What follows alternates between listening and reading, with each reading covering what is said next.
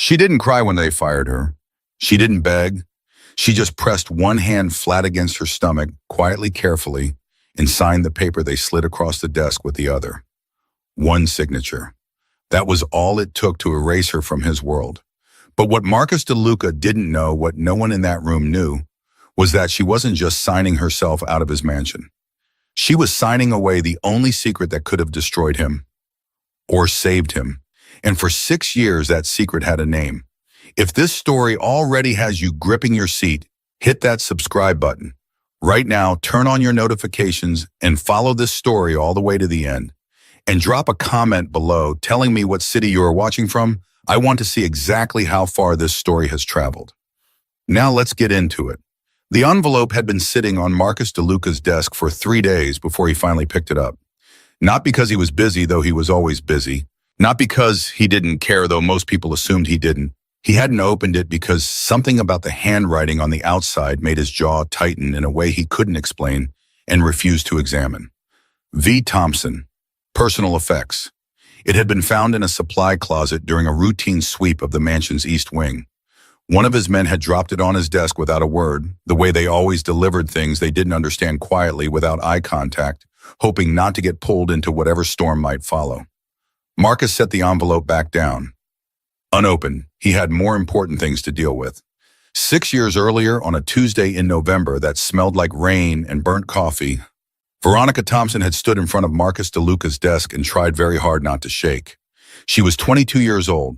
She had worked in his mansion for 14 months. She had mopped the floors of his study, polished the banisters of his grand staircase, and learned very quickly that in the DeLuca household you kept your eyes down and your mouth shut. You did not ask questions. You did not linger. You did not make yourself memorable. Veronica had been very good at all 3 rules, until the night everything fell apart. She had been cleaning the hallway outside Marcus's private office when she heard the shouting.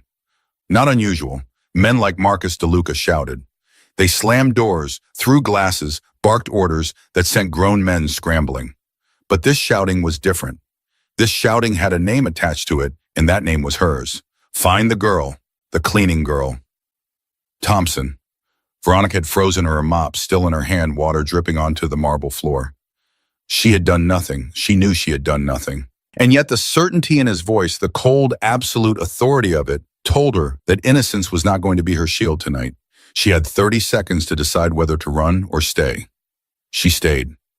Because she was 22 years old and she still believed then that truth was a thing that could protect you. She was wrong. The door to Marcus's office had opened before she could even lower her mop.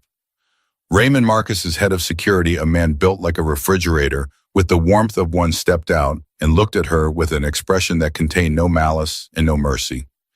Just business. Mr. DeLuca wants to see you. I haven't done anything, Veronica said. Raymond's expression didn't change. Then you have nothing to worry about. She had followed him inside. The office was large, all dark wood and leather, and the kind of quiet that cost money to maintain. Marcus was standing behind his desk, not sitting, which she had already learned meant he was not in a mood to be patient. He was 34 years old and built like a man who had fought his way to the top of everything he owned, which, as far as Veronica understood, was considerable. His gray-green eyes, she had always noticed, those eyes noted them and filed them away in the part of her brain reserved for things she was not supposed to think about, were fixed on her with an intensity that made her stomach drop. On the desk between them was an open safe. Empty. $40,000, Marcus said. His voice was quiet. That was worse than the shouting. Gone from my safe. You were the last person in this room before it was discovered missing. I clean this room every Tuesday, Veronica said. I've been cleaning it for 14 months. That doesn't mean You were seen. Seen cleaning. That's my job. You were seen near the safe. The safe is next to the bookshelf. I dust the bookshelf. Marcus looked at her for a long moment. Not with anger exactly, with something more calculated than anger. He was weighing her voice, her stillness, the way she held eye contact when most people in her position would have already started looking at the floor. I want you to understand something, he said finally. I don't make accusations lightly, and I don't repeat myself. So when I tell you that the evidence points to you, they need you to think very carefully before you respond. I didn't take your money. Silence. I didn't take your money, she said again, louder this time because her heart was slamming against her ribs, and the only way she knew how to handle fear was to lean into it. I don't know who did, but it wasn't me. And I think part of you already knows that, or you wouldn't be standing here talking to me. You'd have already made a phone call. Something shifted in his face, just barely. A flicker behind those gray-green eyes that she couldn't read. Then Raymond stepped forward and placed a single sheet of paper on the desk. Resignation letter, Raymond said. Sign it and you walk away tonight. Clean, no police, no questions. Veronica stared at the paper. And if I don't sign it, Raymond didn't answer. He didn't need to. She understood. Her hand was steady when she reached for the pen. She didn't know how her whole body was trembling beneath the surface, every nerve ending, firing at once, the kind of fear that doesn't show itself on the outside because it goes somewhere deeper, somewhere it can sit quietly and destroy you from the inside. She signed her name, and as she did, she pressed her other hand against her stomach. Flat, careful, just for a second. The way you press a hand against something precious when the world is trying to take it from you. She walked out of the mansion that night and did not look back. Not because she wasn't afraid, not because she wasn't furious, but because she had made a decision in that office in the 3 seconds between picking up the pen and touching it to the paper that was going to change everything. And decisions like that, the ones that alter the entire trajectory of your life, require you to keep moving forward. They do not allow you to look back. She was 8 weeks pregnant, and Marcus DeLuca was never going to know. The first few months were the hardest.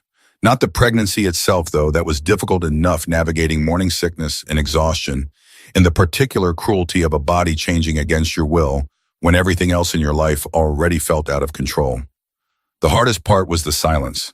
Veronica had grown up in a small house on the south side with her mother and 2 younger brothers in a neighborhood where people knew each other's business before they knew their own. Secrets did not survive there. They got passed over back fences and through screen doors and into the ears of well-meaning women who could not be trusted with anything too fragile. So Veronica said nothing. To no one. Not to her mother, who asked too many questions with her eyes even when her mouth was quiet.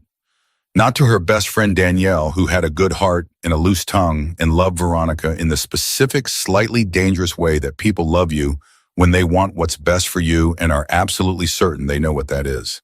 She said nothing. She got a job at a laundromat 2 bus rides from home. She saved money. She breathed.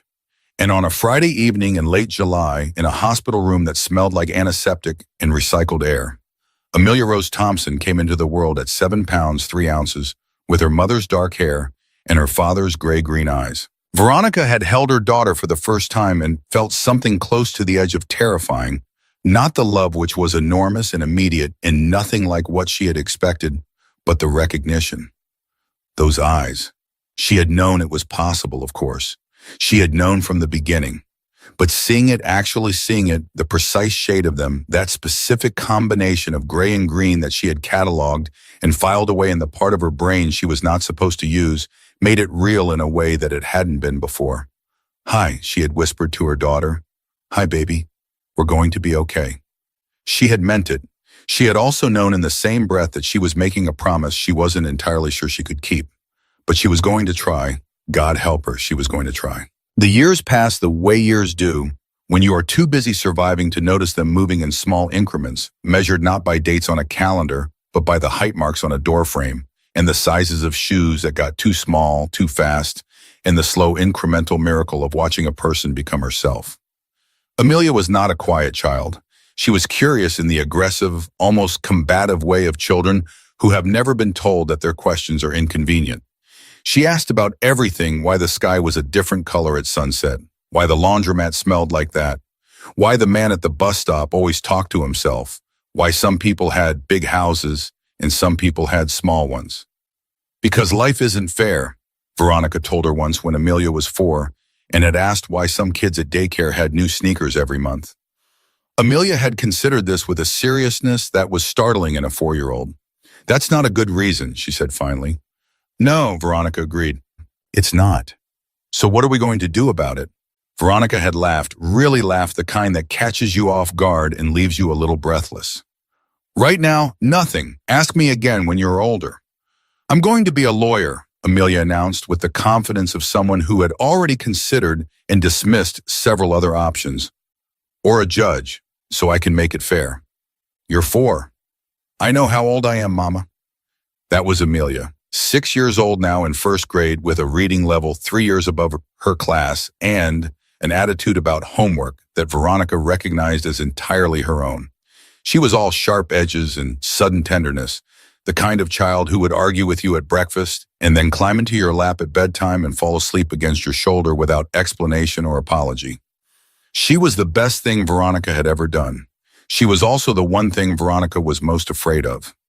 Not afraid of Amelia herself. Afraid of what Amelia might someday want, because there were questions already. Small ones cautiously worded slipped into conversations the way you test ice before you walk on it. Where is my daddy? Veronica had been washing dishes when Amelia asked it the first time. She had kept her hands in the water and her back to her daughter and taken 2 full seconds to answer. He's not in our lives, sweetheart. Why not?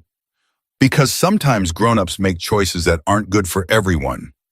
Did he make a bad choice or did you? Veronica had turned around then. Amelia was sitting at the kitchen table, feet swinging, looking at her with those gray-green eyes, calm, direct, waiting. That's complicated, Veronica said. I know how to understand complicated things. I know you do, but some complicated things need a little more time. Amelia had nodded slowly like she was accepting an incomplete answer under protest and filing it away for future reference, which was exactly what she was doing. Veronica had turned back to the dishes and pressed her wet hands together and breathed. Not yet, please, not yet. She had thought in those early years that distance would be enough. Chicago was a big city. Marcus DeLuca ran his empire from the Gold Coast in the River North neighborhoods, where the restaurants cost more per plate than Veronica made in a week, where the buildings had doormen and the cars had drivers. The South Side where she lived was a different world entirely. Not invisible, Marcus's reach was longer than any map could show, but overlooked, beneath notice. She had been careful. She used cash when she could. She didn't talk about her past. She had told Danielle eventually you could only hide a pregnancy for so long from your best friend, but she had told her the minimum. He was someone I worked for. He doesn't know, he can't know. That's all I need you to understand. Danielle, to her credit, had understood, had helped, had shown up with formula and diapers and bad television on the nights when Veronica's arms were too tired to hold anything else. You know this can't stay buried forever, Danielle had said once when Amelia was 18 months old and asleep in the next room. I know, Veronica said, and when it comes up, I'll handle it. How? Veronica had picked up her coffee cup and looked at the wall. I don't know yet, but I will. Danielle had looked at her for a long time. You know what your problem is? You're brave in all the wrong directions. What does that mean? It means you'll walk into a room and stand your ground against a man who scares the hell out of everyone else, but you're terrified of the conversation you actually need to have. Danielle, I'm just saying, I know what you're saying. Silence. She has his eyes, Danielle said quietly. I know. Someone's going to notice eventually. Not if I'm careful. Veronica. Danielle set down her cup. Careful has an expiration date. She was right, of course. She almost always was. But Veronica had spent 6 years perfecting careful, and she was not ready, not yet, not now, maybe not ever, to let it go. She had built a life. A real one, small and sometimes exhausting, and nothing like what she had imagined for herself at 22, but hers. A 2-bedroom apartment with a leaky faucet she had fixed herself, and walls she had painted yellow because Amelia said yellow was the color of being awake. A job at a medical billing office that paid enough, a community garden 3 blocks away that grew tomatoes in the summer, a routine that held them both together when everything else felt unstable. She had done all of this alone. And somewhere across the city, in a world that operated by different rules, Marcus DeLuca was still building his empire, still expanding, still acquiring, still moving through the world like a man who had never once doubted his own authority. He had no idea. Not the faintest shadow of a suspicion. And Veronica had told herself for 6 years, she had told herself that this was the way it was supposed to be, that keeping the secret was protection. For Amelia, from a world of danger and violence and men who solved their problems the same way they always had, that the little girl sleeping in the yellow bedroom down the hall was better off not knowing. She had believed it. right up until the moment she stopped. It happened on a Wednesday. Ordinary Wednesday. Amelia had school. Veronica had work. She was eating toast and half reading a news article on her phone when she saw the name. DeLuca. She almost scrolled past it. Then she read the headline and the toast went cold in her hand, and something that had been quietly waiting in the back of her chest for 6 years shifted forward one step like a door that had never been fully closed, finally beginning to move. The article was short. Business section. A restructuring within DeLuca Holdings following the quiet departure of Giovanni DeLuca, younger brother to CEO Marcus DeLuca. Under circumstances the company described only as a mutual and amicable separation. Veronica read it twice. Then she set down her phone very carefully, the way you set something down when your hands have started to shake and you don't want anyone, even yourself, to see it. Giovanni, she knew that name. She had heard it once through a half-open door, a voice arguing fast and low. It was me, not her. The girl didn't take anything, Marcus. Leave her alone. Let her go. She had never been sure then whether what she'd heard was real or whether her terrified brain had manufactured comfort where there was none. Now, 6 years later, reading 4 lines in a business article, she thought maybe she had heard correctly after all. And if Giovanni had taken the money, if Giovanni had let her take the blame, then Marcus was going to find out. If he hadn't already, and if Marcus found out that he had wronged her, he was going to start asking questions. And questions eventually led to answers. And answers looked like a little girl with gray-green eyes who told her mother she was going to be a judge when she grew up. Veronica sat at her kitchen table for a long time. Careful has an expiration date. She picked up her phone again. Her thumb hovered over Danielle's number. Then she put it back down. She had kept this secret for 6 years. She had carried it alone. She had gotten very, very good at it. But for the first time since that night in November, standing in a grand office with a pen in her hand and a secret pressed behind her palm, she felt the weight of it shifting, moving, becoming something she wasn't sure she could carry anymore. Not alone, not with those gray-green eyes, looking up at her every morning, getting older, getting sharper, getting closer to the questions she hadn't figured out how to answer yet. She breathed, she stood up, she got Amelia ready for school, and somewhere across the city in an office surrounded by men who dealt in silence and the settling of old accounts, Marcus DeLuca finally picked up the envelope that had been sitting on his desk for 3 days. He opened it. Inside was a photograph. Small, slightly faded. The kind of photo that falls out of a jacket pocket and gets forgotten in a supply closet for 6 years because the person who carried it was gone before anyone knew to look. He stared at it. His hands went very still. Then he set it flat on the desk and pressed both palms against it, the way you hold something down when the ground beneath you has started to move. Raymond, he said quietly. The door opened. Find her. Raymond had been working for Marcus DeLuca for 11 years, and in that time he had learned exactly 2 things about his employer that mattered. Marcus never asked for something he didn't already partially know. And when his voice dropped that quiet, not angry, not cold, just quiet, you moved fast and you didn't ask questions. So when Marcus said find her and pressed both palms flat against that photograph on his desk, Raymond didn't hesitate. He nodded once, turned and walked out of the office with the kind of measured urgency that looked like calm and felt like running. He didn't ask who her was. He already had a name.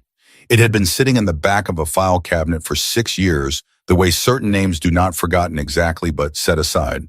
Veronica Thompson. 22 years old at the time of her resignation, no criminal record, no further incidents, no forwarding address on file. Raymond had always thought that was strange. Women who left under those circumstances, accused of theft, escorted out by security given a choice between signing and suffering, they didn't just disappear. They went somewhere, they talked to someone. They filed a complaint, started a lawsuit, called a lawyer with a grudge against organized money. Veronica Thompson had done none of those things. She had vanished. Quietly. Completely. Like someone who had something more important to do than fight back. Raymond had noted it at the time and filed it under not my problem. Now apparently it was. He sat down at his desk, opened his laptop, and got to work. Veronica had taken Amelia to school that morning on autopilot, packed the lunch, signed the permission slip that had been sitting on the counter for 3 days, walked the 4 blocks to Jefferson Elementary, with Amelia's hand in hers and her mind somewhere else entirely. Mama, you're doing the thinking face, Amelia said. I don't have a thinking face. You have like four faces, the regular face, the tired face, the don't try me face, and the thinking face. Right now, it's definitely the thinking face. Veronica looked down at her daughter. When did you get so observant? I've always been observant. You just don't notice because you're too busy thinking. Despite everything, despite the article still sitting in her phone's browser history, despite the name DeLuca still ringing somewhere in the back of her skull, Veronica laughed, short and real and a little helpless. Have a good day, she said at the school gate. She crouched down to Amelia's level. And please, please don't argue with Mrs. Patterson about the reading assignment again. I wasn't arguing. I was providing a counter perspective. Amelia. Fine. Veronica watched her daughter walk through the gate back straight backpack, too big already talking to the girl beside her with the rapid-fire energy of someone who had too many opinions and not enough time. She watched until Amelia disappeared through the front doors. Then she straightened up, pulled out her phone, and searched the article again. Giovanni DeLuca. Mutual and amicable separation. She read between the lines the way you learn to read between the lines when you've spent years in rooms where the real conversation was never the one being spoken out loud. Giovanni was pushed out. That was what this meant. And the only thing that could have pushed Giovanni DeLuca out of his own family's empire was something bad enough that Marcus couldn't keep him in. Money. It always came back to money. She put her phone away and started walking to the bus stop. Her hands weren't shaking anymore. They were very still. The stillness that comes after fear moves through you and settles somewhere deeper. She needed to think. She needed to think carefully and clearly and without panic, which meant she needed to not call Danielle yet, because Danielle's first response to any crisis was to talk through every possible outcome at full volume, and Veronica needed quiet right now. She needed the specific quiet of her own mind, working through a problem it had been circling for 6 years without ever letting herself fully approach it. If Marcus had found out about Giovanni, then the investigation was already underway. And an investigation meant going back, reviewing the timeline, re-examining the people who had been accused and cleared and let go. People like her. The bus came. She got on. She stared out the window at the city moving past her and thought about a night 6 years ago and a safe that had been emptied and a man with gray-green eyes who had looked at her across a desk like he was trying to decide something. She thought about what he had decided, and she thought about what she had decided walking out of that mansion, her hand pressed against her stomach, already beginning the long work of becoming someone who had never existed in his world at all. He's going to find me, she thought. Not he might, not he could. He was going to. That was simply what men like Marcus DeLuca did. They found things. It was the organizing principle of their entire existence. You did not build what he had built without being the kind of person who located what was missing and retrieved it, whatever the cost. The question wasn't whether he would find her. The question was what she was going to do when he did. Marcus hadn't looked at the photograph again after Raymond left. He didn't need to. It was already in him, the image fixed in the specific, terrible way that things fix themselves when you aren't prepared for them, when your defenses are down because you didn't know you needed them up. It was a small photo worn at the edges. A woman, young 20, maybe sitting on what looked like a front porch step laughing at something off camera. He didn't recognize the setting.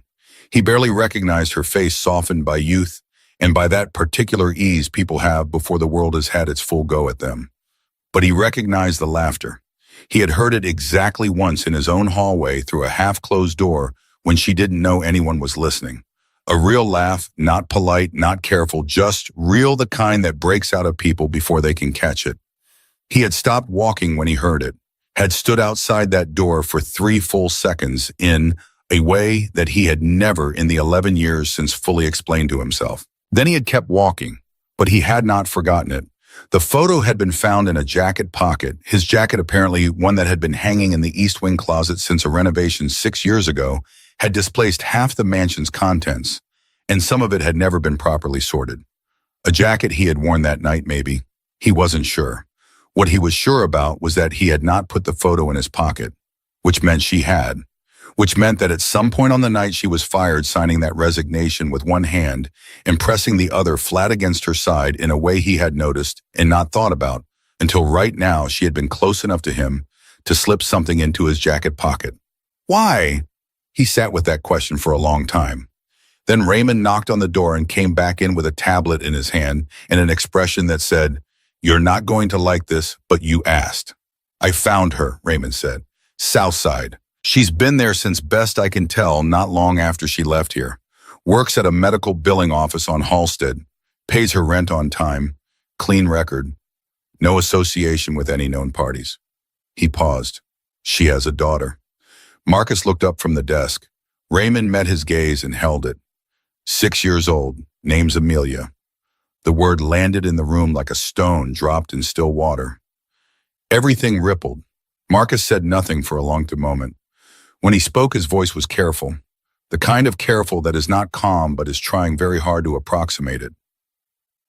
"How old?" "6. Started first grade this fall." 6 years. He did the math without meaning to, and the numbers went through him like a cold current. "Do we have a photo?" Raymond hesitated. "I didn't pull one. I thought, pull one?"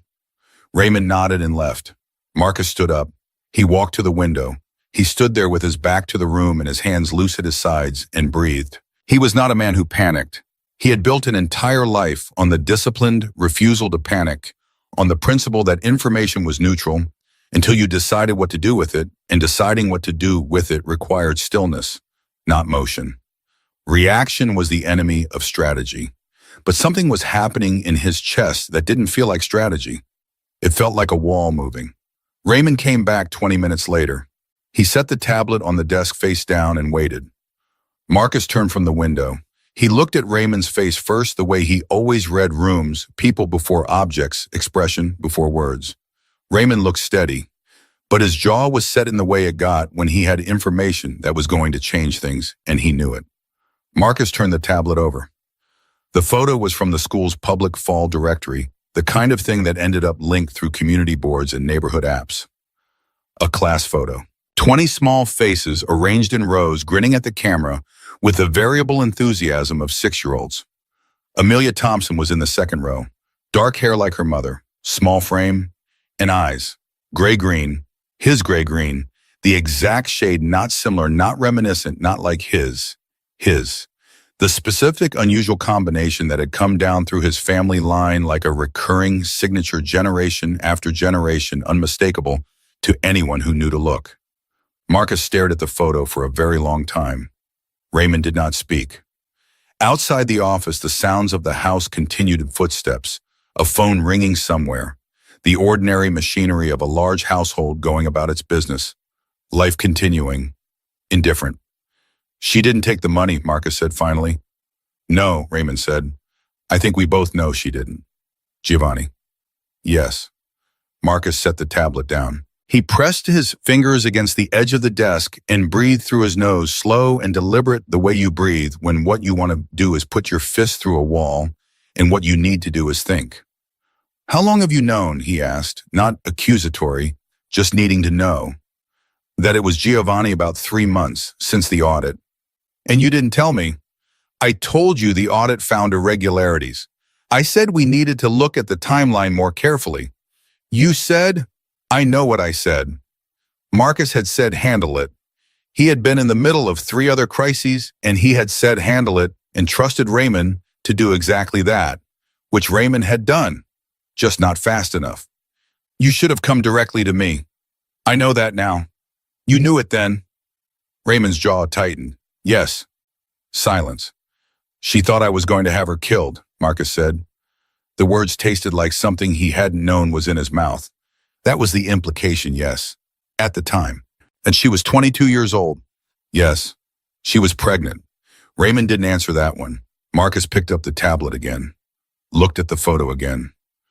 The little girl in the second row with the gray-green eyes and her mother's dark hair and a grin that was slightly crooked on the left side in a way that Marcus recognized from every photograph of himself between the ages of 5 and 9. He had a daughter. And she was 6 years old and her name was Amelia, and she had been 20 minutes across the city this entire time, and he had not known. He had not known because he had been wrong. Because he had taken the word of a man who turned out to be a thief and a coward over the word of a woman who had looked him in the eye and told him the truth, and he had given her a pen and shown her the door. The weight of that, the specific unbearable weight of it, settled onto him all at once. I need an address, he said. Marcus. An address Raymond. Raymond put a piece of paper on the desk. He didn't look happy about it. She's not going to want to see you. I know. And she has every right, I know. Marcus folded the paper without looking at it and put it in his jacket pocket. That's not the point. Then what is the point?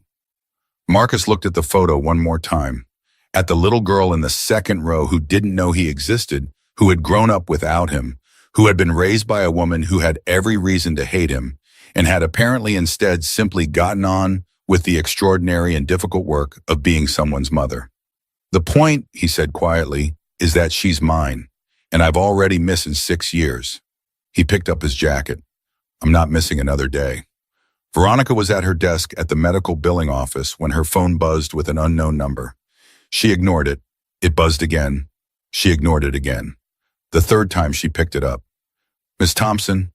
The voice was familiar in a way that stopped her cold. Deep, measured, professional.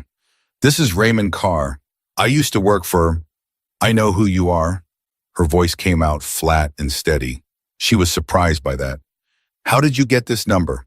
The same way we get most numbers. I apologize for the intrusion. I'm calling because Mr. DeLuca would like to speak with you. The billing office moved around her keyboards, clicking phones ringing, her coworker Janet laughing at something 3 desks over. Normal, all completely normal. Veronica gripped her phone and stared at her computer screen and breathed. No, she said. Ms. Thompson. I said no. Whatever he wants, the answer is no. Don't call this number again. She hung up. Her hands, she noticed, were shaking now. She had known this was coming. She had known it from the moment she saw that article that morning, from the moment her brain had done the math and arrived at the inevitable conclusion. She had known, and she had gone to work anyway because the bills were not going to pause their arrival for her personal crisis, and Amelia needed dinner tonight, and everything just kept going. She pressed her palms flat against her thighs. Breathe, think, don't react. Her phone buzzed again. Same number. She let it go to voicemail. 30 seconds later, a text. He already knows about Amelia. He just wants to talk. Please, Veronica read it once.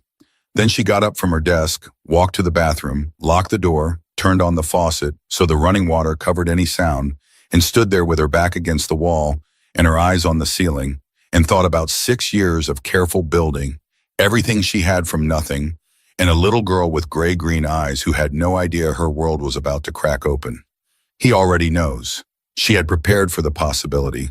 She had told herself she was prepared for the possibility. She had rehearsed the conversation in her head 100 times, calm, controlled on her terms. But there was a difference she was learning now between preparing for something and actually feeling the ground shift beneath your feet. She turned off the faucet, dried her hands, looked at herself in the mirror, 33 years old, tired in the specific way of single mothers, steadied in the specific way of women who have been making hard decisions alone for too long. She picked up her phone. She typed one word back. When? The response came in 4 seconds. Tonight. Veronica closed her eyes. She thought about Amelia asking, "Where is my daddy?" with her feet swinging from the kitchen chair, and Danielle saying careful has an expiration date, and the photograph she had slipped into his jacket pocket the night she left. Not as a message, not as a clue, just because she was 22 years old and frightened, and she had needed to leave something behind in that world, even if no one ever found it, even if it sat in a dark closet for 6 years and meant nothing. She typed back, "Not at my home, not near my daughter, you come alone." The 3 dots appeared, disappeared, appeared again, agreed. She put her phone in her pocket and unlocked the bathroom door and walked back to her desk. Janet looked up. "You okay? You look a little..." "I'm fine," Veronica said. She sat down. She opened her screen. Just a long morning. She spent the rest of the afternoon doing her work, entering bounds, correcting errors, answering emails with the precise, focused efficiency of a woman who had learned long ago that the most dangerous thing you could do in a crisis was stop moving. You did the ordinary things. You maintained the ordinary rhythm. You let the ordinary world hold you together while everything underneath it was rearranging. And at 3:15, she left to pick up Amelia from school. Her daughter came out of the front doors, already talking something about a book she had read in class, something about a disagreement with a boy named Tyler who had said something factually incorrect about planets and had refused to be corrected. So what did you do? Veronica asked, taking her hand. I wrote him a note with the correct information and 3 sources. Veronica stared at her. You're 6. The information was still wrong. They walked home. Amelia talked. Veronica listened. The late afternoon air was cold and sharp and clean, and the city moved around them the way it always did, indifferent, enormous, full of people carrying their own invisible weights. She held her daughter's hand a little tighter than usual. Amelia, who noticed everything, looked up at her. Thinking face, she said. Maybe, Veronica said. Is it bad thinking or okay thinking? Veronica looked down at those gray-green eyes, his eyes, always his eyes, the thing she could never fully separate, and thought about a man who had been wrong about her once and was now standing at the edge of her carefully constructed life, asking to come in. I don't know yet, she said honestly. Amelia squeezed her hand. It'll be okay, Mama. Yeah, you always figure it out. Veronica squeezed back and kept walking and did not say what she was thinking, which was, I hope you're right, baby, because this time I'm not sure figuring it out is something I get to do alone. Danielle showed up at 7 o'clock without being asked. That was the thing about a best friend who had known you for 15 years. She didn't need to be invited into a crisis. She felt them coming the way some people felt weather, and she arrived with her coat still half-buttoned and a container of leftover pasta, and the specific look on her face that meant she already knew something was wrong and was prepared to be furious about it on Veronica's behalf. Amelia asleep, she asked at the door. Just went down. Danielle came inside, set the pasta on the counter, and turned around. Talk. Veronica had spent the afternoon deciding how much to say. She had fed Amelia, bathed her, read 2 chapters of a book about a girl who discovered she could talk to horses. Amelia had strong opinions about the protagonist's decision-making and tucked her in and kissed her forehead and stood in the doorway of the yellow bedroom for just a moment longer than usual. Then she had come out and sat at the kitchen table and waited for her hands to stop shaking. They hadn't entirely. He knows, Veronica said. Danielle went very still. How? I don't know exactly. His brother Giovanni was apparently the one who took the money 6 years ago. Marcus found out. He went back through the timeline. He found me. She paused. Raymond called me at work today. He said Marcus already knows about Amelia. Danielle sat down across from her. The fury on her face had not disappeared. It had just gotten quieter, which was somehow worse. What did you say? I said I'd meet him at tonight, but alone, not here. Veronica. I know. I know, Danielle. You don't know, that's my point. You don't know what he's not going to hurt me. Veronica said it flatly with a certainty she had not entirely earned, but needed to project at least out loud, at least tonight. If he wanted to hurt me, he wouldn't have sent Raymond with a polite phone call. He would have just appeared. She pressed her hands flat on the table. He wants to talk. Men like Marcus DeLuca don't just talk. Maybe, but he has a daughter he didn't know existed, and whatever else he is that changes the math. Danielle looked at her for a long moment. You're doing it again. What? Staying calm when you should be panicking. One of us has to. Veronica. Danielle reached across the table and gripped her hand. What do you want to happen? Not what you're going to manage, not what makes strategic sense. What do you actually want? The question sat there. Veronica looked at their joined hands and thought about what she wanted, which was something she had not allowed herself to examine too carefully in a very long time. Because want was a luxury that single mothers living on the South Side on a medical billing salary couldn't always afford. I want Amelia to be safe, she said finally. That's it. That's the whole thing. Everything else I can work with. Danielle squeezed her hand once and let go. Okay. She stood up. Then go. And text me every 20 minutes or I'm calling the police. You don't need to. Every 20 minutes. Veronica grabbed her coat. She had chosen a diner on Michigan Avenue, neutral, public, well-lit, busy enough that no conversation could get out of hand without witnesses. She arrived 10 minutes early and sat facing the door because that was the kind of habit 6 years of careful living had built into her body. She ordered coffee she didn't intend to drink and told herself to breathe. He arrived at exactly 8 o'clock. No bodyguards, no driver walking ahead of him. Just Marcus DeLuca in a dark coat moving through the door of a Michigan Avenue diner.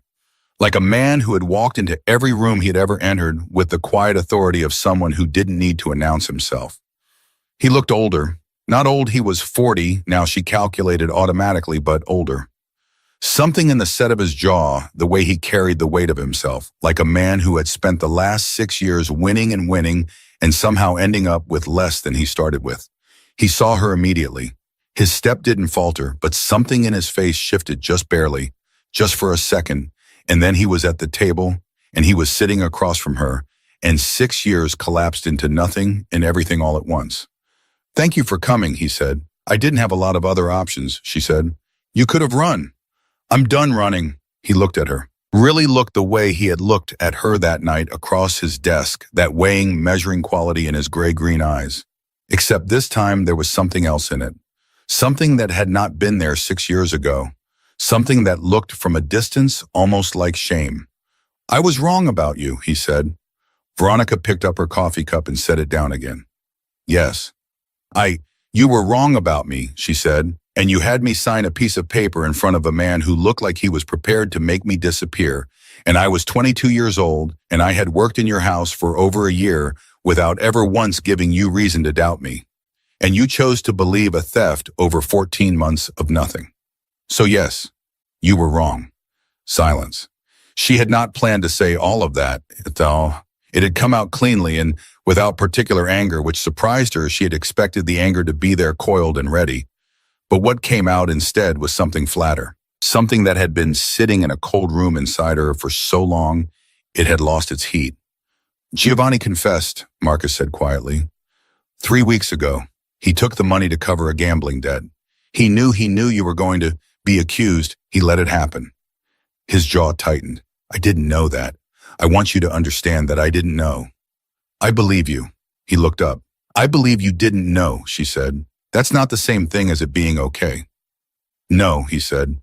"It's not." The waitress came by, refilled Veronica's coffee, asked Marcus if he wanted anything. He ordered coffee. They waited in silence while she poured it and moved away. "Tell me about her," he said. Veronica looked at him across the table and measured the words carefully, the way you measure something irreversible before you commit to it. "Her name is Amelia Rose. She's 6. She reads at a 3rd grade level, and she argues like a lawyer. And she decided 2 weeks ago that she wants to be a judge when she grows up so she can make things fair." A pause. "She has your eyes." Something moved across his face, quick and unguarded and more human than anything she had seen from him in either of their 2 conversations. His hand resting on the table pressed flat for just a second, like he was bracing. "Does she know about me?" he asked. "She knows she has a father. She knows he's not in our lives. She has asked me why. I've told her it's complicated." "What did she say?" "She said she knows how to understand complicated things." He was quiet for a long moment. "She sounds like you." "She sounds like herself," Veronica said. "She's her own person. She's been her own person since the day she was born." "I want to meet her." "I know you do." "Veronica." "I said I know." She set down the cup. "That doesn't mean I'm going to hand you a time and a place tonight and let you walk into her life like the last 6 years didn't happen. She doesn't know your name. She has never seen your face. You are an abstract concept to her, and I have worked very hard to keep the abstract from becoming something that could hurt her. I'm not going to hurt her."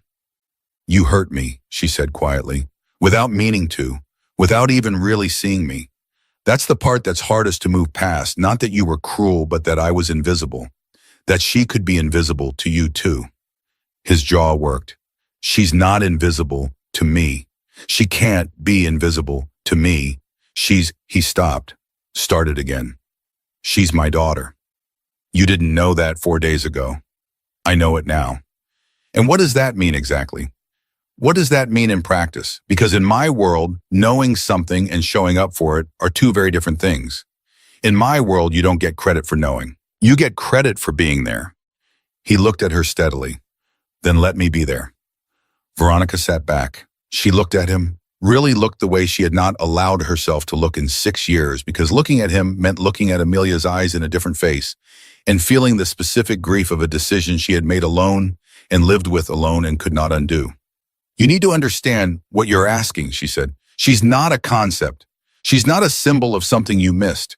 She's a real child with real feelings and a real life that she has built with me, in our apartment, in our neighborhood, with her friends and her teacher, and her opinions about everything. You don't get to enter that and then leave when it gets inconvenient. You don't get to be a part-time fact in her life. If you walk through that door, you walk through it all the way. Or you don't walk through it at all. Marcus held her gaze.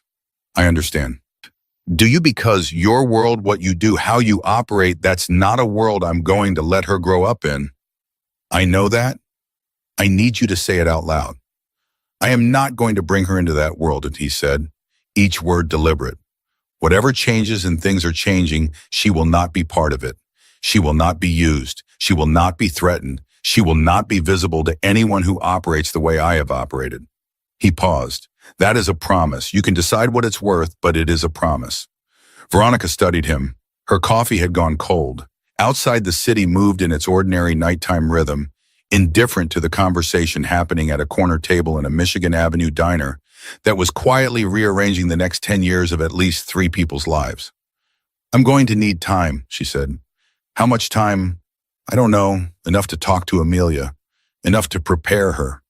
Enough for me to... She stopped. I need to trust you a little. And I don't trust you yet. And you don't get to rush that. I'm not rushing. You called my office 3 times today. His mouth pressed together. Fair point. A silence that was less hostile than the previous ones. Not comfortable, not yet, maybe not for a long time, but different. Like 2 people who had been standing on opposite sides of a river, finally acknowledging that the river was there. She asked me once, Veronica said quietly, whether it was your bad choice or mine, that he wasn't in our lives. Marcus went very still. She was 4. She was sitting at my kitchen table with her feet swinging, and she looked at me with those eyes. Veronica stopped, breathed. I told her it was complicated, and she accepted that because she's a good kid who trusts me, but she won't accept it forever. She's already too sharp for forever. She looked at him. When I tell her about you, and I will tell her on my terms and my time, she's going to have questions. Real ones. Hard ones. The kind that deserve honest answers. I'll answer them, Marcus said. Everyone, even the ones that make you look bad, especially those. Veronica picked up her coffee cup again just to have something to do with her hands. Raymond said you found a photo in an old jacket. Something changed in his face, softened almost imperceptibly. Yes. I didn't leave it there for you to find, she said. I need you to know that. I wasn't playing a long game or leaving a trail. I was 22 years old and terrified, and I had been in your house for over a year, and I needed to leave something behind. I don't even know why. She exhaled. It was stupid. It was the only photograph I've ever kept, he said quietly. She looked at him. In 14 years of running what I run it, he said, I have kept nothing personal. No photographs, nothing. My office looks like a conference room. My house looks like a hotel. He turned his coffee cup slowly in his hands. I don't know why I kept it. It was in my pocket. It was yours. I didn't throw it away. He met her eyes. I think part of me knew even then that firing you was wrong. I couldn't fix it. But I couldn't erase it either. The honesty of it landed unexpectedly. She had not prepared for him to be honest. She had prepared for negotiation, for charm, for the particular persuasiveness of a man who was accustomed to getting what he wanted. She had not prepared for someone sitting across from her at a diner table, looking like he was carrying the same weight she had been carrying, just from a different angle. She didn't soften. She wasn't ready to soften. But she noted it. I have one condition, she said, before anything else happens. Before any conversation with Amelia, before any plan or arrangement or whatever this becomes. Name it. Giovanni. Her voice came out steady and cold. I want to hear it from you, what happened to him, what the consequence was. Marcus's expression didn't change. He's out of the company, he's out of the family structure. He has been removed from every position of authority he held, and he will not be returning to any of them. Is he alive? Marcus looked at her directly. Yes. You didn't know. Because he let an innocent woman take the blame for something that could have... I know what it could have meant, Marcus said. His voice dropped. I know exactly what it could have meant. And Giovanni knows I know. Whatever he's living with now, he's living with all of it. A pause. That's all I'm going to say about my brother. Veronica held his gaze for a 3 count. Then she nodded once. She pulled on her coat. She checked her phone, 4 texts from Danielle, each escalating slightly in urgency. She typed back, "I'm fine. Going home now." She stood up. Marcus stood too automatic, the kind of old-fashioned instinct that sat oddly in the context of everything else he was. "I'll call you," she said. "When I'm ready. Don't contact my office again." "Understood." She started to turn away, then stopped. "She has your crooked smile," she said without turning around. "The left side. She's had it since she was about 3 months old." She paused. "I thought you should know that." She didn't hear his response. She was already walking toward the door out into the cold November air, her hands steadier now than they had been all day, her mind running fast and clear and forward the way it always ran when she had made a decision and was moving through the consequences of it. She had not agreed to anything tonight. She had not promised anything tonight. But she had looked Marcus DeLuca in the eye across a diner table, and she had not flinched, and she had said what needed to be said, and she had left on her own terms. That was enough for tonight. Almost enough. She was 2 blocks from the diner, the city noise filling in around her when her phone rang again. Not Danielle this time. Not Raymond, a number she didn't recognize. She almost didn't answer. Then something instinct or the particular sharpened awareness that comes from a day that had been full of things she hadn't expected made her pick up. "Miss Thompson." A woman's voice, clipped, precise, with the kind of thinly veiled urgency people use when they're trying to sound calm and aren't. "My name is Elena Marsh. I'm an attorney. I represent certain interests connected to the DeLuca family." Veronica stopped walking. "Which interests?" "I think you already know." A pause. "We need to talk. Tonight if possible. Before you make any agreements with Marcus DeLuca." Another pause, and this one had weight to it. "There are things about your daughter's situation that he hasn't told you. Things you need to know before you decide what comes next." The city moved around her. Cold air, car horns, the ordinary night. "What things?" Veronica said. "On air." The woman on the other end paused for exactly 1 beat too long. "Ms. Thompson, Amelia isn't the only one." The words landed like a physical thing. Amelia isn't the only one. Veronica stood on the sidewalk with the cold pressing in around her and heard her own heartbeat go loud and strange in her ears. She had spent the entire day preparing for difficult. She had prepared for confrontation and grief in the particular exhaustion of navigating a man she had spent 6 years trying to forget. She had not prepared for this. "What did you just say?"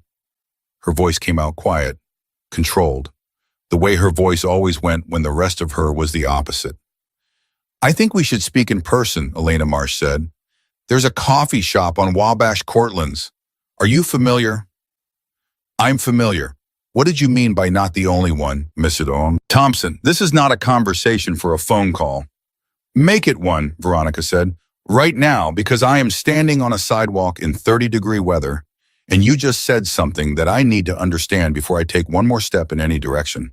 So talk." A pause.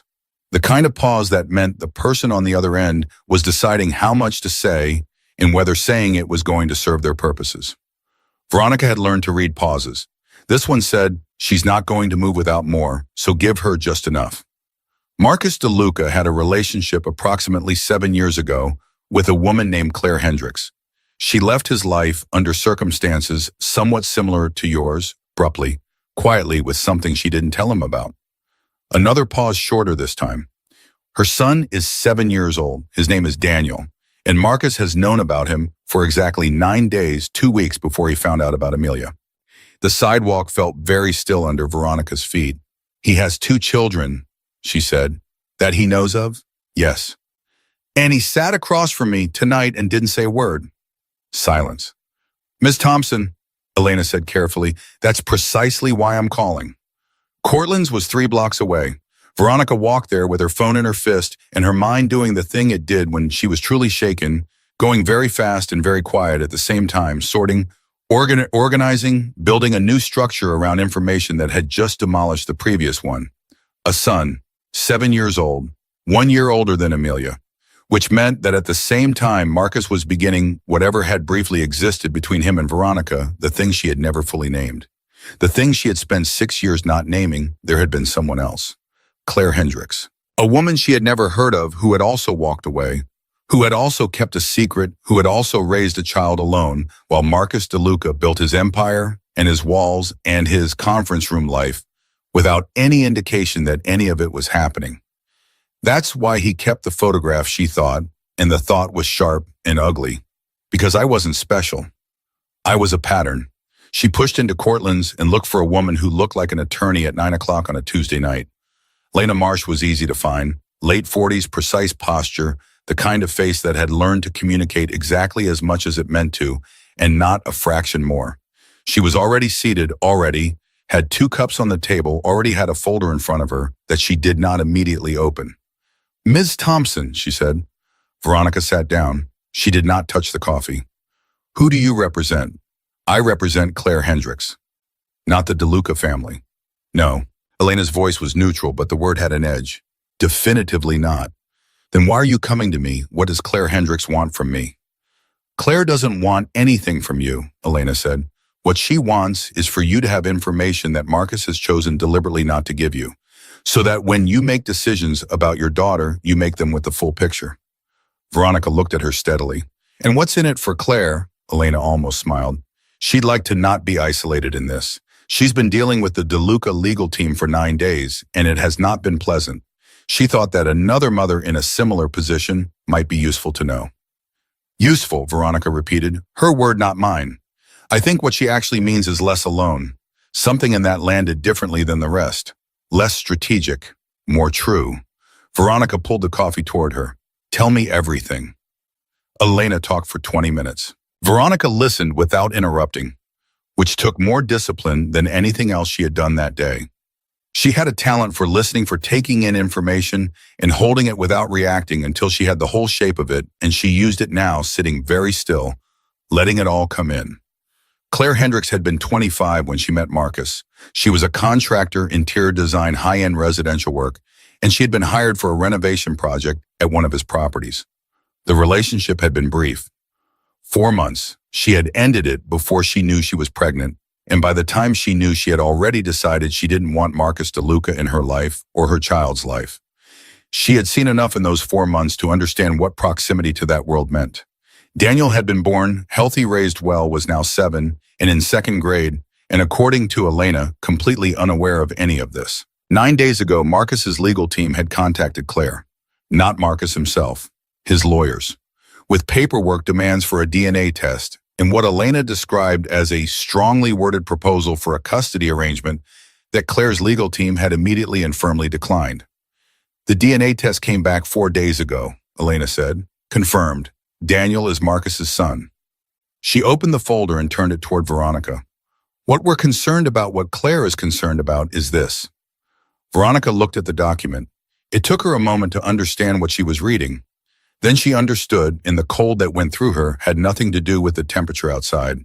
It was a legal filing, preliminary, a petition for shared legal custody of both minor children, Daniel Hendricks, age 7, and Amelia Thompson, age 6, to be heard simultaneously in Cook County Family Court.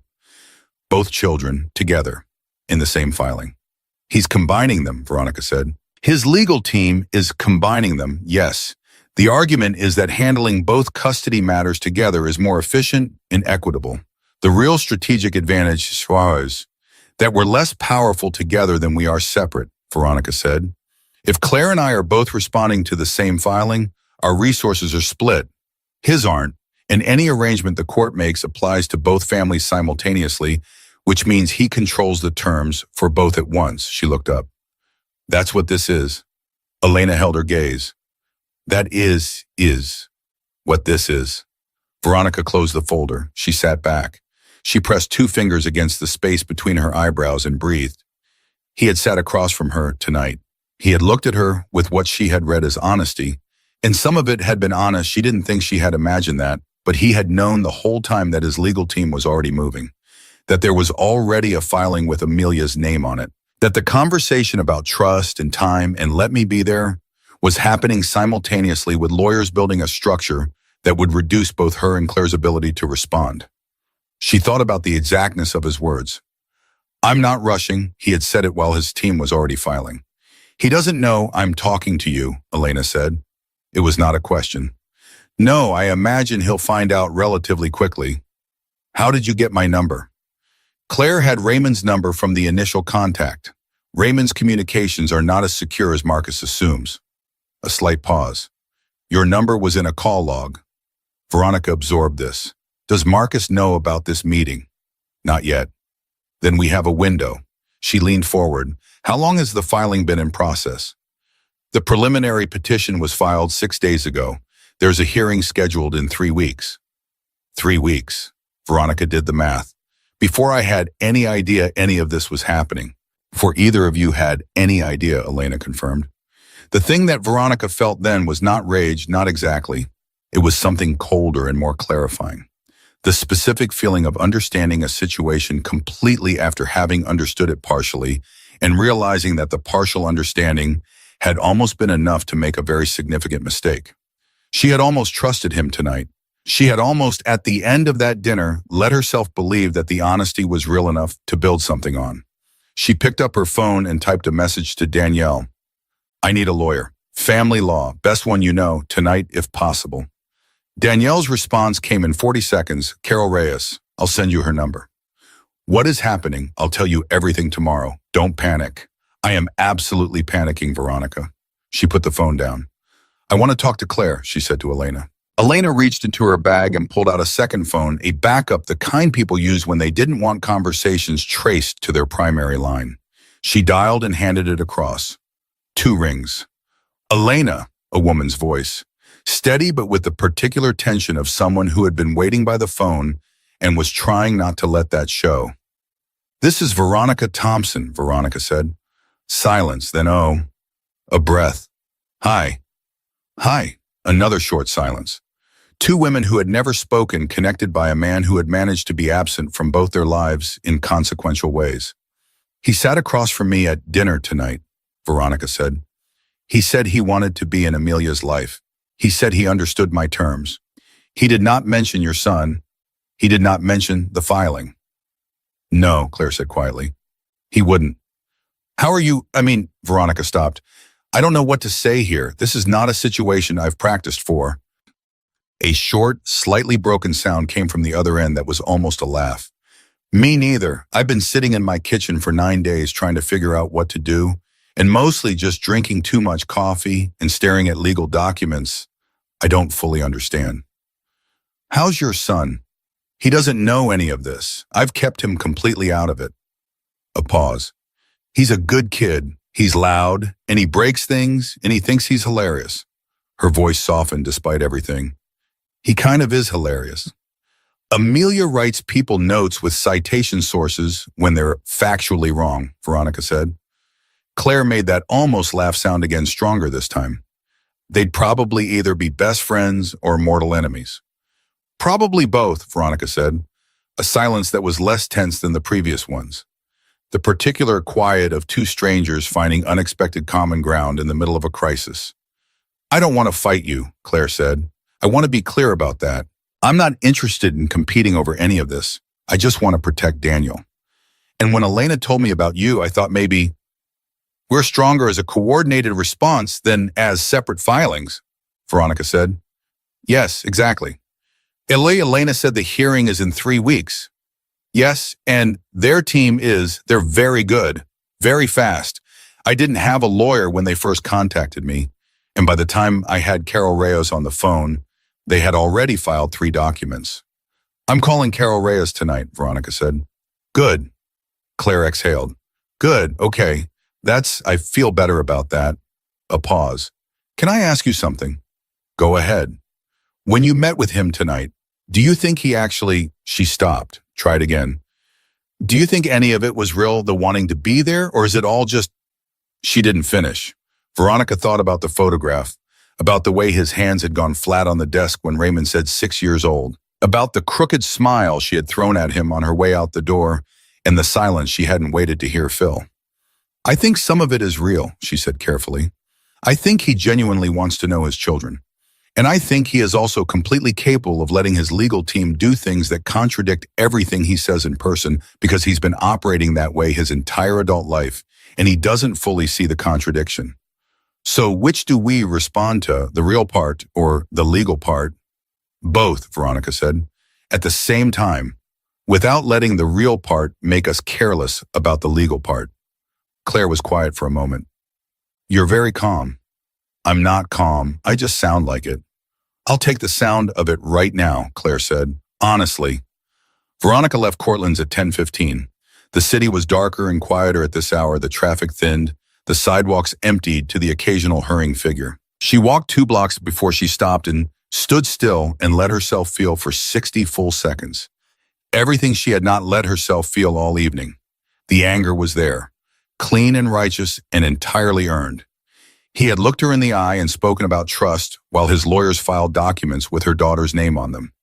He had talked about promises while building a legal structure designed to minimize her ability to respond. That was real. That had to be dealt with. But there was something else too sitting underneath the anger, less comfortable to acknowledge. When he had said, "She's mine and I've already missed 6 years," she had seen something in his face that was not strategy. It was the face of a man that experiencing something that he did not have the architecture to manage. Loss. Real loss. The specific grief of understanding what you failed to see when it was right in front of you. She did not know what to do with that. Not tonight. She started walking again. Her phone rang. She looked at the screen. Marcus. She answered on the second ring. You met with Elena Marsh tonight. His voice was not angry. It was careful. The careful that was not calm. Yes, she said. Veronica. You filed a custody petition 6 days ago with Amelia's name on it, while you were calling my office and asking to meet for coffee and talking about trust. Silence. You need to explain that to me, she said, right now in the next 30 seconds, because what I do next depends on what you say. The filing was not my decision, but you knew about it. A pause that was 1 beat too long. Yes. When did you know before tonight? Before you sat across from me and told me you weren't rushing. Another pause. She heard him breathe. Yes. Then everything you said about trust was true, he said. I meant everything I said. You can't mean it and then file legal documents designed to reduce my ability to protect my daughter at the same time, Marcus. You cannot hold both of those things and call yourself honest. I let my legal team do what they do, he said. I've been running things that way for 15 years. I give a directive and they execute it. I don't always, he stopped. That's not an excuse. I know that's not an excuse. Then what is it? It's the truth. It's the part of the truth I'm not proud of. His voice changed, quieter, the specific quiet of someone not performing. I want to know my daughter. That is the most honest thing I have said to anyone in years. And I am also someone who has been running on leverage and legal infrastructure for so long that I don't always know the difference between protecting myself and doing what I actually want. Veronica stopped walking again. The street was quiet around her. Withdraw the joint filing, she said. Silence. Withdraw it, she said again. Bowen said, deal with Claire's situation separately. Deal with mine separately. On terms that we each have real time to respond to. Or I take Amelia and I make it so complicated for you legally that by the time anything gets resolved, she'll be in college. Veronica. I am not negotiating. I am telling you what happens next if you want any version of this to work. A long pause, longer than the others. I'll call them tonight, he said. I want it withdrawn by 9 a.m. tomorrow. I'll be checking. I said I'll call them. And Marcus. Her voice dropped. Not softer, more direct. The way you speak when you need someone to hear the exact weight of your words. I know about Claire. I know about Daniel. And if your plan involves handling any of this in a way that puts those 2 kids against each other or uses one of them as leverage over the other, I will make it my full-time occupation to make sure you never have an unsupervised conversation with either of them. Are we clear? The silence this time was different. Not the silence of someone calculating. The silence of someone genuinely stopped. Where did you? He didn't finish. Elena. Are we clear? She said again. Yeah, he said quietly. We're clear. Good night, Marcus. She hung up before he could respond. She stood on the sidewalk for a moment, the phone warm in her cold hand, the city doing its indifferent nighttime thing around her. She was exhausted. Bone-deep 6 years, compounded exhausted. And she still had to go home and check on Amelia and call Carol Reyes and update Danielle and figure out how to sleep through whatever was coming next. But something had shifted. Not resolved. Nothing was resolved. Nothing was going to be resolved quickly or cleanly or without cost. But shifted. She was no longer responding to things as they happened. She was moving forward into them with her eyes open and her terms on the table. That was different. That felt, if not like safety, then like the beginning of it. She started walking toward the bus stop. Her phone buzzed one more time. Not Marcus. A number she didn't recognize again. She stopped, looked at it. Against every instinct that told her she had had enough revelations for one night, she answered. Ms. Thompson, a man's voice this time, low, slightly rough, with the particular hesitation of someone who had been rehearsing this call and had now run out of script. You don't know me. My name is Giovanni DeLuca. The name hit her like a door opening into cold air. I think you've been waiting 6 years for an apology, Giovanni said. And I've been a coward about it for 6 years. But some things don't get to wait anymore. A pause, White Tuman. I need to tell you something about that night. Something Marcus doesn't know. Something that changes the story. His voice tightened. Something that puts you and your daughter in a position you need to understand before any of this goes further. Veronica closed her eyes. One breath. Then she said, I'm listening. Giovanni DeLuca's voice on the phone had the specific texture of a man who had been rehearsing this conversation for a long time and had finally run out of reasons not to have it. Veronica stood on the sidewalk and listened. I need you to understand something first, he said. I'm not calling to make myself feel better. I know that's what apologies usually are, the person doing the apologizing, getting the weight off their chest and handing it to someone else to carry. I don't want to do that to you. A pause. But there are things in motion right now that you don't have the full picture for, and you need it. Then give it to me, Veronica said. He exhaled. The night you were fired, I was in the house. I was the one who told Marcus the money was gone. I framed the timeline to point at you. I knew you had been in the study. I knew you cleaned the safe area. It was deliberate. I know that part, Veronica said. Marcus told me. What Marcus doesn't know, Giovanni said, is why. She waited. The $40,000 was only part of what I took. Over 18 months, I moved approximately $230,000 out of accounts Marcus didn't monitor closely. Small amounts, regular intervals. I'd been doing it since before you ever worked there. His voice tightened. When the $40,000 was flagged by an internal audit I wasn't supposed to know about, I had about 6 hours to create a distraction large enough that Marcus would close the investigation before it went deeper. Veronica felt something cold and deliberate move through her chest. You used me as a distraction. Yes. Not because I was convenient, because if Marcus spent his energy on me, firing me, dealing with the accusation, he wouldn't keep pulling the thread. Yes. And it worked. For 6 years, Giovanni said quietly. Yes, it worked. She pressed her free hand against her sternum, breathed. What does any of this have to do with what's happening now? Because when Marcus found out about my embezzlement 3 months ago during the audit, the investigators didn't stop at the $40,000. They went back through everything, all of it. And part of what they found, he stopped, started again. Part of what they found was a payment, 18 months after you left, made to a private investigator. Veronica went very still. Someone paid to track you, Giovanni said, to find out where you went, what you were doing, whether you had. He didn't finish that sentence. The payment came from an account I controlled, but I didn't make it. Who did? Someone who had access to my accounts. Someone who knew about you. A pause. Someone who had more reason than I did to want to know whether you had left that house carrying something that could complicate things. Giovanni. Her voice was flat and careful. Say the name. Helena DeLuca, my mother. The name dropped into the night air and sat there. Veronica stood completely still on the sidewalk, the phone pressed hard against her ear, and felt the architecture of the last 6 years reorganize itself around a new load-bearing wall she hadn't known existed. Marcus's mother, a woman she had never met, never spoken to, never thought about in any strategic sense, because she had been so focused on Marcus, on surviving him, on hiding from him, that she had never considered who else in that household might have been watching. She had you tracked, Veronica said slowly. And then what? The investigator found you, found out you were pregnant, filed a report. Giovanni's voice was strained now, the rehearsed calm breaking down at the edges. Helena got the report. She paid the investigator to close the file and keep it quiet, destroy copies. He stopped.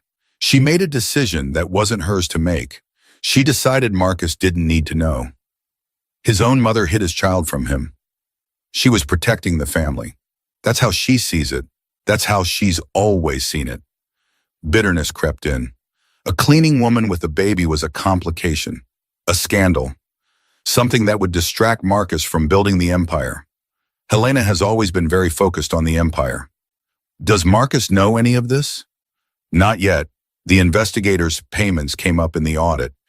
My investigators connected them to Helena's direction 3 days ago. I've known for 72 hours. A breath. I haven't told Marcus because I needed to tell you first. Because you deserve to know first. That much I can do right. Veronica looked up at the dark sky above the city and breathed through the tightness in her chest. 6 years, not just Marcus being wrong about her, not just Giovanni's cowardice and theft. There had been someone else, a woman she had never seen, who had known the truth about Amelia and had actively chosen to bury it. Is Helena still involved in the family's operations? She asked. She's on the board, advisory capacity. She and Marcus talk every week. He paused. She doesn't know I found out. She doesn't know I'm calling you. If Marcus finds out what she did, it will be the worst crisis in that family in 30 years, Giovanni said quietly. Marcus and my mother have a relationship that has survived everything, including what I did. This, he exhaled, I don't know if it survives this. That's not my problem to manage, Veronica said. No, it's not. A pause. I'm sorry for all of it, for what I did to you 6 years ago, for the years it cost you. I know that doesn't fix anything, she said. No. Or give them back. No. She closed her eyes briefly. I appreciate the call, Giovanni, I mean that. She opened her eyes. Now I have to go. She hung up. She stood there for exactly 10 seconds, doing nothing. Just standing, letting the full weight of it settle. Then she called Marcus. He picked up on the first ring, which meant he had been sitting with his phone in his hand. Veronica, I need to see you, she said. Tonight, not at a restaurant, not a public space, somewhere private. Just you, no Raymond, no lawyers, no one else. What happened? His voice sharpened. Are you okay? Is Amelia? Amelia is fine. I'm fine, so... She kept her voice even. But there's something you need to know, and you need to hear it from me in person. Not from a phone call, not from an email, not from whatever your investigators are going to find when they keep pulling that thread. A silence. How bad is it? That depends on you, she said. The information itself is survivable. What you do with it is the question. Another silence. She could hear him thinking the particular quality of his silences when he was processing, recalibrating. My car, I'll text you the address. 20 minutes. Fine. She walked to the location he texted, a parking structure on Michigan 4th level, which was the kind of place you chose when you needed a private conversation and had spent your life in a world where private conversations had to be conducted away from ears and cameras. He was already there when she arrived, standing outside the car. No driver, no Raymond, just Marcus in his dark coat, looking like a man who had been braced for impact all evening and had been right to be. She told him everything. Cleanly, without embellishment or editorializing. Giovanni's called the extent of the embezzlement, the private investigator, the payment, the report, the decision to bury it. His mother's name. She watched his face as she said it. She had thought she knew what to expect. Anger, denial, the particular coldness that powerful men deployed when their world was being restructured against their will. What she saw instead was something much harder to watch. It was the face of a man absorbing a loss he hadn't known he was about to feel. Not rage, devastation, the quiet, terrible kind. He didn't speak for a long moment. She knew, he said finally. Yes. She knew for 6 years. Yes. She knew about Amelia, and she looked me in the eye every week, and he stopped. His jaw was working. She made that choice for me. Yes. Without telling me. Without my daughter existed for 6 years, and my mother knew, and she... Marcus, Veronica's voice was quiet but firm. I need you to hear me right now. What your mother did was wrong. It was a profound wrong, but I need you to also hear that I made choices too. I chose not to find a way to reach you. I told myself it was for Amelia's safety, and some of it was, but some of it was... She stopped, made herself say it. Some of it was fear and anger and not wanting to need anything from you. Those were my choices, and they cost time too. He looked at her, really looked the way he had in the diner. You're not responsible for what my mother... No, but I'm responsible for my part of it. And I'm telling you that because if we're going to do this, whatever this becomes, for Amelia's sake, it has to start with honesty. From both of us. All the way down. The silence between them held something different now. Not just the weight of everything that had been done wrong. Something else underneath it. The specific fragile thing that appears when two people who have been circling each other for years finally stop moving and stand still long enough to see each other clearly. What are you going to do, she asked, about your mother? His eyes were steady, cold in a way that was not aimed at her. What I should have done 6 years ago when she made a decision that wasn't hers to make. He straightened. I'm going to handle it. Not violently. No, his voice was flat. Not violently, but completely. She believed him. She got home at 11:30. Danielle was asleep on her couch, which was so deeply characteristically Danielle that Veronica felt something loosen in her chest at the sight of it, the specific physical relief of a person who loves you enough to fall asleep waiting for you. She covered her with the blanket from the armchair and went down the hall. Amelia's door was open 2 inches. It was always open 2 inches. She was afraid of the dark, but too proud to say so. So she had negotiated at age 4 a policy of the door stays open a little, which both of them pretended was entirely about air circulation. Veronica pushed the door open slightly and stood in the gap and looked at her daughter sleeping. She looked at the gray-green eyes closed under their dark lashes, the dark hair spread on the pillow, the slight leftward pull of her mouth even in sleep, the crooked smile, the one she had mentioned to Marcus as she walked out of the diner, the one that had gone across his face like a current. 6 years of this. 6 years of this exact moment, standing in a doorway, looking at this child, feeling the specific enormity of being the only thing between her and a world that had not yet agreed to be careful with her. I'm figuring it out, she whispered, not to Amelia, to herself, to the version of herself who had walked out of a mansion at 22 years old, with her hand pressed against her stomach and a promise she wasn't sure she could keep. She had kept it. She went to the kitchen, sat at the table, and called Carol Reyes, who answered on the second ring and listened for 40 minutes without interrupting, and said at the end, we file a response to their petition by Friday. You have more ground to stand on than they expected. Get some sleep. Veronica said she would. She didn't entirely, but she tried. 3 weeks moved fast when you had a lawyer who was genuinely angry on your behalf, and a best friend who drove her to every appointment, and a 6-year-old who had no idea any of this was happening and continued to argue about planets and write notes with citations and fall asleep on Veronica's shoulder during movie nights with the boneless, absolute trust of a child who had never had reason to doubt she was safe. Carol Reyes filed the response on Friday. It was in Elena Marsh's words when she called to acknowledge receipt extremely thorough. The joint custody petition was quietly withdrawn the following Tuesday, 9 days ahead of the hearing, with no announcement, no explanation, and the kind of abrupt efficiency that meant someone with authority had made a phone call. Marcus Veronica suspected, making good on his word. She noted it. She did not soften, but she noted it. Helena DeLuca resigned from the DeLuca Holdings Board 11 days after Veronica told Marcus what Giovanni had said. The company's statement cited personal reasons. There was no further public comment. Veronica did not ask for details, and Marcus did not offer them, and that silence was one of the most telling things he had communicated since they'd started talking again. He was doing what he had said he would do. Completely. Not loudly, not dramatically, just with the quiet, thorough decisiveness of a man who had finally understood what it cost to let the wrong people make decisions in his name. The meeting happened on a Saturday morning in late January. Veronica had chosen a place Amelia already loved, a small park near their apartment that had a good climbing structure and a hot dog cart that opened at 10 and a view of the lake on clear days. She had told Amelia the night before, sitting at the kitchen table after dinner, in the careful, honest language she had been practicing for 3 weeks. "There's someone I want you to meet tomorrow," she said. "He's your father."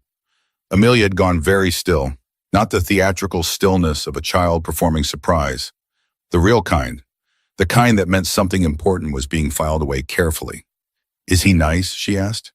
"I think he's trying to be," Veronica said. "That's not the same as being nice." "No, it's not, but it's where nice starts." She reached across the table and took her daughter's hands. "You don't have to feel anything specific about this. You don't have to like him immediately.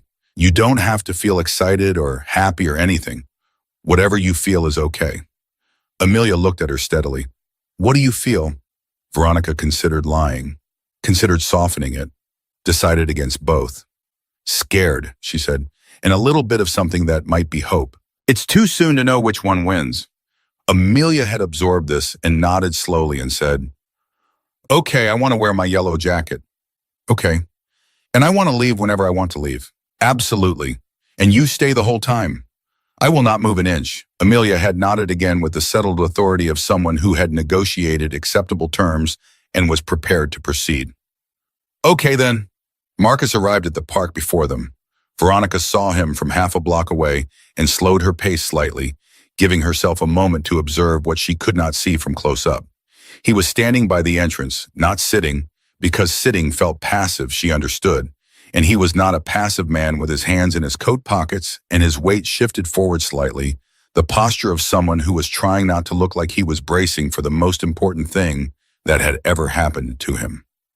He was failing at it. He looked in that unguarded moment before he saw them like a man who was genuinely afraid.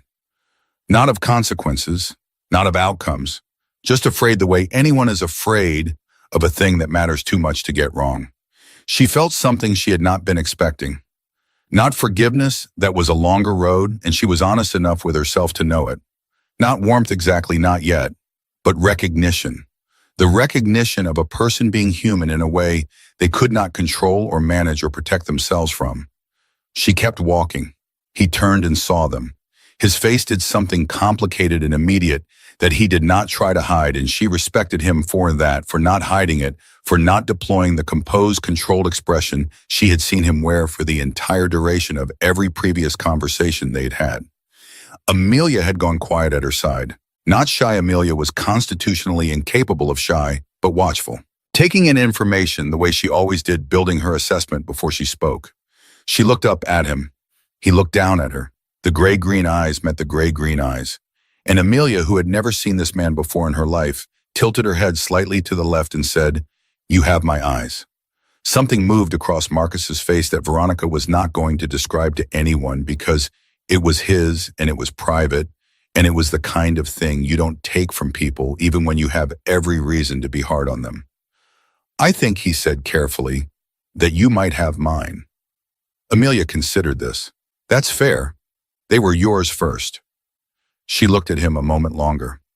"I'm Amelia." "I know," he said. "I'm Marcus." "I know," she said. "Then, did you bring anything to do? Because this park has a really good climbing structure, but it's more fun if there are more people to race." He blinked once. No, I didn't bring anything." "That's okay, I'll teach you. I'm faster than in a look." She started toward the climbing structure without waiting for further agreement, her yellow jacket bright against the January gray. Marcus looked at Veronica. Veronica looked at him. "She's not afraid of anything," he said quietly. "She learned it," Veronica said. "It didn't come easy, but she learned it." He held her gaze. "She learned it from you." She didn't deny it. "Go," she said, "before she laps you on the climbing structure and you never hear the end of it." He went. She watched him go, watched him walk toward their daughter, watched Amelia immediately begin explaining the rules of a race she was already going to win, watched Marcus listen with the focused attention of a man who understood at a level deeper than logic that this was the only appointment that had ever actually mattered. Veronica sat on the bench. She put her hands in her lap. She breathed. The work ahead was real. The legal arrangements still had to be made. The conversation still had to be had with Amelia between her and Marcus. The long and difficult work of building something functional out of a history that had been built wrong from the start. There was Claire and Daniel and the question of what those children would eventually mean to each other. There was Helena and the damage of that particular truth and whether it ever fully healed. There was her own grief still present for the years she had spent carrying something alone that had always been too heavy for one person. None of it was resolved. None of it was clean. But her daughter was climbing a structure in a yellow jacket, already winning a race she had invented 30 seconds ago, and the man at the bottom of the structure was watching her with an expression that contained underneath everything complicated and unfinished, something simple and irreducible. He saw her. Finally. Completely. He saw her. And Veronica, sitting on that bench in the January cold, looked at the family that had been broken before it was ever assembled and thought, this is where it starts. Not where it ends, not where it's fixed or whole or easy, but where it starts with honesty and accountability in a 6-year-old in a yellow jacket who had decided with characteristic efficiency to move forward.